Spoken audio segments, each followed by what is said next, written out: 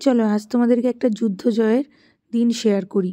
এটা ছিল 15ই ডিসেম্বর। সেদিন আমার ছিল দুটো ব্রাইড। একটা ছিল আমার কাছের লোকেশানে, একদম বাড়ি থেকে আমার 5 মিনিটের দূরত্ব, আর একটা ছিল 2 ঘন্টার রাস্তা। তো বুঝতেই পারছো কতটা রাস থাকবে। তো ব্রাইডকে টাইম দিয়েছিলাম 12:30। ব্রাইড আসতে লেট করে দিল। 1:30টার সময় ও এসে পৌঁছালো আমাদের কাছে, কিন্তু কিছু তো করার নেই, সম্পূর্ণটা করেই আমাকে বেরোতে হবে। তো সাথে সাথে আসা মাত্রই আমি ফেস ক্লিন করে মেকআপ করতে স্টার্ট করে দিই। সাথে সাথে হেয়ার ক্রিম্পিং, হেয়ার স্টাইলও চলছিল, কারণ সময় নষ্ট করার মতো সময় ছিল না সেদিন আর। তো দুটোই একসাথে স্টার্ট করে দিলাম এবং সাথে সাথে বেস মেকআপও স্টার্ট করে দিলাম। বেস মেকআপ রেডি করে হেয়ার করে আমরা মোটামুটি একটা প্রপার রেডি করলাম। তো এই ব্রাইডের আমার ডিমান্ড ছিল যে আগের দিন যে ওকে আইব্রো পাতে যেমন সাজিয়েছিলাম সেই লুকটা ওদের বাড়ির সকলের পছন্দ হয়েছিল। তো সেই মতো আজকেও যেন ওকে আরও সুন্দর করে সাজিয়ে দিই। তো সেই মতো আমি আমার ব্রাইডের সমস্ত কাজ স্টার্ট করে দিলাম। আর ওকে চেষ্টা করেছিলাম যাতে ওর স্কিন টোনটা মেনটেন করেই করার। তো এই লুকটা ওর বেরোলো ফাইনালি। ওকে শাড়িটা আমি পরাতে পারিনি, আমার অ্যাসিস্ট্যান্ট পরে ওকে সুন্দর করে ড্র্যাপিংটা করে দিয়েছিল। ওর ফাইনাল লুকের ফটো অলরেডি আমার পোস্ট করা হয়ে গেছে, তোমরা যারা দেখোনি চেক করে নিও। তো আমরা এবার বেরিয়ে পড়েছিলাম। কিছু শুকনো খাবার নিয়ে আমরা গাড়িতে উঠে পড়লাম, কারণ আমাদের আর সেদিন আর সেভাবে খাওয়া হবে না জানি, কারণ খাওয়ার মতো সময়ও ছিল না হাতে। তো শুকনো খাবারগুলো আমরা গাড়িতে খেতে খেতেই এনজয় করতে করতে যাব আমাদের পরের ব্রাইডের লোকেশানে। তো পরের ব্রাইডের লোকেশানে রাস্তা অনেকটাই, কিছুতেই যেন রাস্তা শেষ হচ্ছিল না, মনে হচ্ছিল কখন পৌঁছাবো। যাই হোক, সময় মতো তো পৌঁছে গেছিলাম, কিন্তু রেলগেটে গিয়ে সেখানেও 10-15 মিনিট আটকেছিলাম। ব্রাইডের লোকেশানে ব্রাইডের দিদি আমাদেরকে নিতে আসে, যেখানে আমরা সাজাতে চলে যাই, যে রুমে আমাদের জন্য ব্রাইড রয়েছে। বলো কেমন মেকআপ লাগবে? আমার নর্মালের মধ্যেও কিছুটা সুন্দর লাগে, সিম্পল লাইট মেকআপ, ঠিক আছে।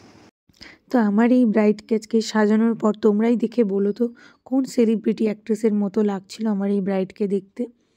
তো আমাদের ব্রাইড কিন্তু খুবই মিষ্টি ছিল দেখতেও, এবং তার ব্যবহারও ভীষণ ভালো ছিল। আমরা বুঝতেই পারিনি কী করে এইটুকু সময়ের মধ্যে আমরা ওকে রেডি করে নিলাম। তো স্কিন প্রিপারেশন করে নিচ্ছিলাম, এদিকে হেয়ার ক্রিম্পিং হচ্ছিলো, ওদিকে শাড়িটা ড্র্যাপিং করে নিচ্ছিল আমার বোন, যাতে একসাথে সব কাজই খুব সময়ের মধ্যে করে উঠতে পারি আমরা। কারণ আমার এই ব্রাইডের একসাথে রেজিস্ট্রিও ছিল সেদিন, আশীর্বাদও ছিল। ওদিকে মেকআপ করতে করতে রেজিস্ট্রারও চলে আসে রেজিস্ট্রি করতে। তো এক ফাঁকে ওকে একটু ছেড়েছিলাম আমরা, যাতে ওর রেজিস্ট্রিটা হয়ে যায়। তো বেস মেকআপ করেই যখন কমপ্লিট করে নিই তখনই দেখি রেজিস্টার চলে আসে। তো যাই হোক, সময়ের মধ্যে আমরা ব্রাইডকে রেডি করে নিয়েছিলাম, আর কোনো রকম কোনো সমস্যা হয়নি আমাদের ব্রাইড করতে গিয়ে। যে অনেক সময় দূরের লোকেশানে কাজ করতে গিয়ে অনেকের অনেক রকম প্রবলেম হয়, কিন্তু আমাদের কোনো রকম সমস্যাই হয়নি। খুব ভালোভাবে কাজটা করেছিলাম। ব্রাইডের বাড়ির লোকও ভীষণ ভালো ছিল। তো যাই হোক, দেখো মেকআপের বেসটা কতটা সফট করেছিলাম, আর ওকে একবার ওড়না পরিয়ে দেখিয়ে নিচ্ছিলাম যে ওকে কেমন লাগছে দেখতে। তো আমার এই ব্রাইডের মুকুটটা এসেছিল না, সেই জন্য আমরা ওয়েট করছিলাম যে মুকুটটা কখন আসবে। তো ফাইনালি আমরা ওড়নাটা ওর সেট করে দিলাম। ফ্লাওয়ারটার জন্যও আমাদেরকে বসে থাকতে হয়েছিলো, কারণ ওদের ওখানে ফ্লাওয়ার সেই মতো পাওয়া যায় না। তো ফ্লাওয়ারটা অনেক দূর থেকে ওর ভাই গিয়ে নিয়ে এসেছিলো। তো এটা ছিল ওর ফাইনাল লুক, মুকুট ফ্লাওয়ার দিয়ে সেট করার পর। তাই খুশি হয়েছ? একদম। ঠান্ডা লেগে ব্রাইডের গলাটা ভেঙে গেছিলো।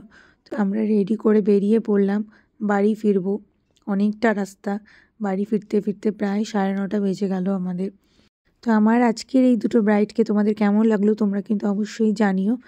তো সারাদিনের ক্লান্ত শরীর নিয়ে আমরা এখন বাড়ি ফিরছি, বুঝতেই পারছো। তো ভিডিওটাতে সাথে থাকার জন্য তোমাদেরকে অনেক ধন্যবাদ।